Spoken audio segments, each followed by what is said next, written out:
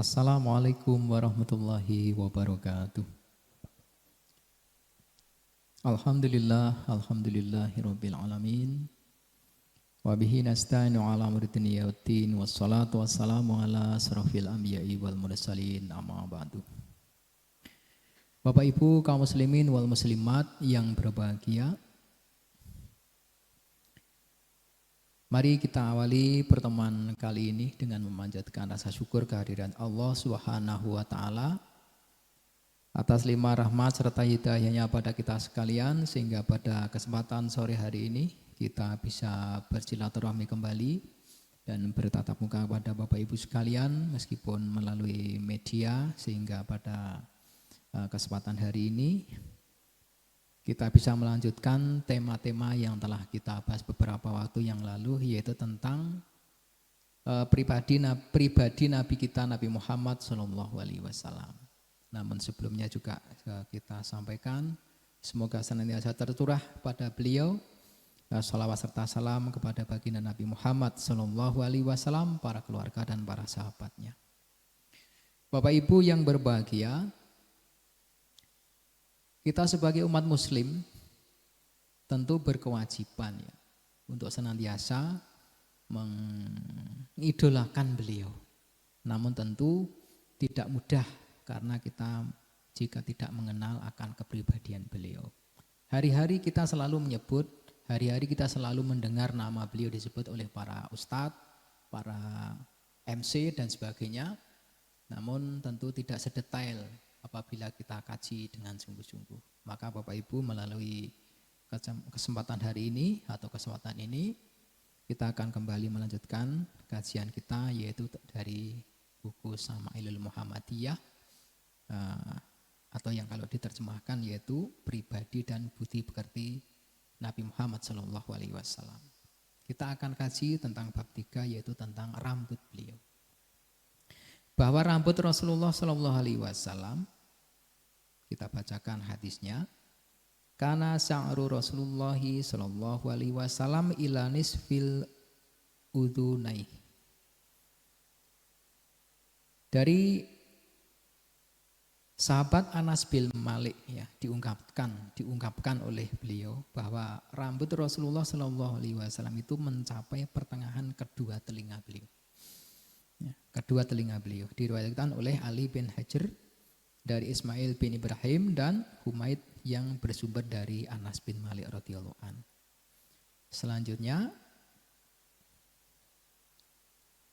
diriwayatkan dari Hanad bin Asyiri ya, aku dan Rasulullah SAW, ini hadis dari Aisyah radhiyallahu anha, istri beliau, bahwa aku pernah mandi di tempat yang sama dengan beliau, yaitu di tempat tempayan, kalau sekarang modelnya mungkin kolam ya.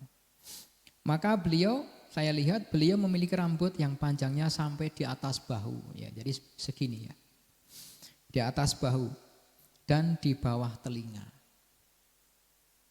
Kemudian hadis yang ketiga, Rasulullah SAW adalah seorang yang berbadan sedang, kedua bahunya bidang, sedang rambutnya menyentuh kedua daun telinganya.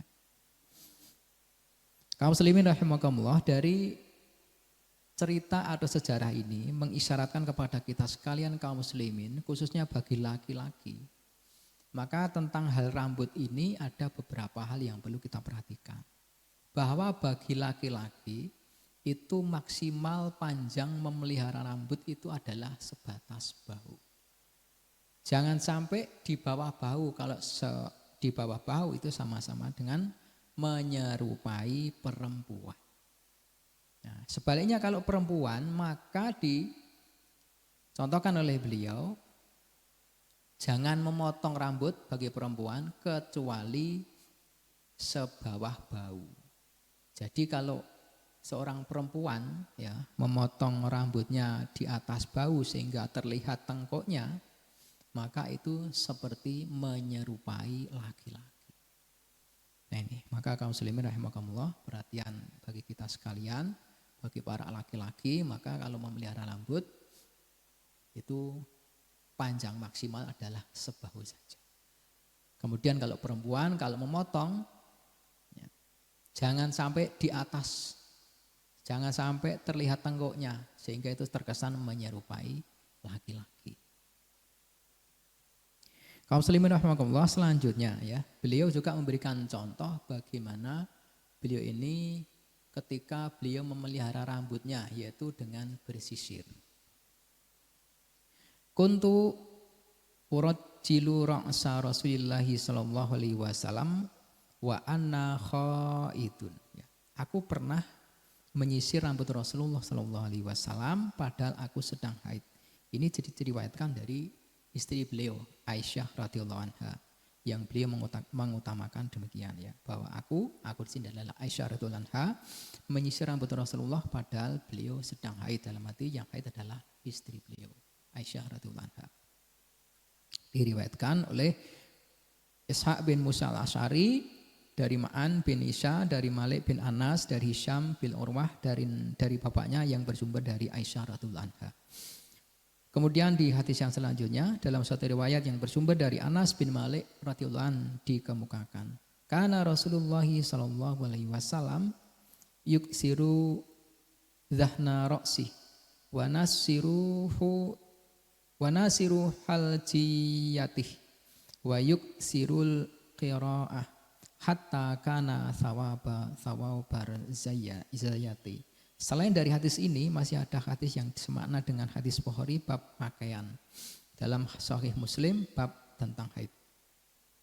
Jadi kesimpulannya Bapak sekalian yang dirahmati Allah, bahwa Rasulullah Shallallahu alaihi wasallam sering meminyaki rambutnya, menyisir jenggot beliau, dan sering waktu menyisir rambutnya beliau menutupi baunya dengan kain kerudung. Kain kerudung itu demikian berminyak seakan-akan kain tukang minyak. Jadi ketika beliau bersisir itu, beliau sangat mengkhawatirkan bagaimana ketika rambut beliau itu jatuh ke lantai, maka beliau menyiapkan penutup bau beliau. Kemudian satu hadis lagi, sesungguhnya Rasulullah Shallallahu alaihi wasallam, masih dari Ummul Mukminin tadi, menyenangi mulai bersuci dari anggota badannya yang sebelah kanan, dan juga ketika beliau bersisir juga ketika beliau memakai sandal. Ini jamaah sekalian yang dirahmati Allah, petunjuk singkat bagi kita bahwa Rasulullah selalu memulai ketika bersuci, mungkin berwudu, apakah dia mandi ya. Kemudian juga ketika beliau bersisir itu selalu diawali dari sebelah kanan, dan juga ketika beliau memakai sandal. Ini. Kemudian satu hadis lagi, seorang sahabat Nabi Sallallahu Alaihi Wasallam yang tidak disebut dengan namanya pernah mengatakan, Innani Nabiyya Sallallahu Alaihi Wasallam kana yatarajjulu ghiba. Sesungguhnya Rasulullah jarang-jarang saja bersisir. Artinya beliau ketika bersisir itu hanya seperlunya. Beliau tidak terlalu lama di depan kaca, katakanlah begitu ya. Sehingga beliau hanya bersisir ini seperlunya saja. Sangat khawatir kalau mungkin rambut beliau ada yang terjatuh sia-sia. Maka Bapak Ibu jamaah sekalian yang dirahmati Allah Subhanahu wa taala, dari dua hal ini ya, tentang pertama adalah kesimpulannya adalah tentang rambut. Beliau memelihara rambutnya ini hanya sebatas bahu saja, tidak panjang. Maka ketika kaum muslimin ya, yang laki-laki khususnya, kalau bisa ya sebisa mungkin harus bisa ya, jangan sampai memelihara rambut yang panjang karena itu sama dengan menyerupai perempuan. Sebaliknya bagi perempuan jangan sampai memotong rambut ya, sampai terlihat tengkuknya sehingga itu seakan-akan seperti menyerupai laki-laki. Karena itu yang demikian itu dibenci oleh Rasulullah Sallallahu Alaihi Wasallam. Selanjutnya tentang pemeliharaan rambut, baginda Rasulullah memberikan contoh ya, bagaimana beliau ini ketika menyisir selalu diawali dengan sebelah kanan. Ketika beliau bersuci dengan sebelah kanan, dan ketika beliau bersih ini beliau memakai semacam kerudung ya. Kalau sekarang mungkin pakai apa ya? Pakai kain begitu supaya tidak banyak rambut yang tercecer, dan beliau hanya bersisir ini secara singkat, tidak lama-lama di depan kaca.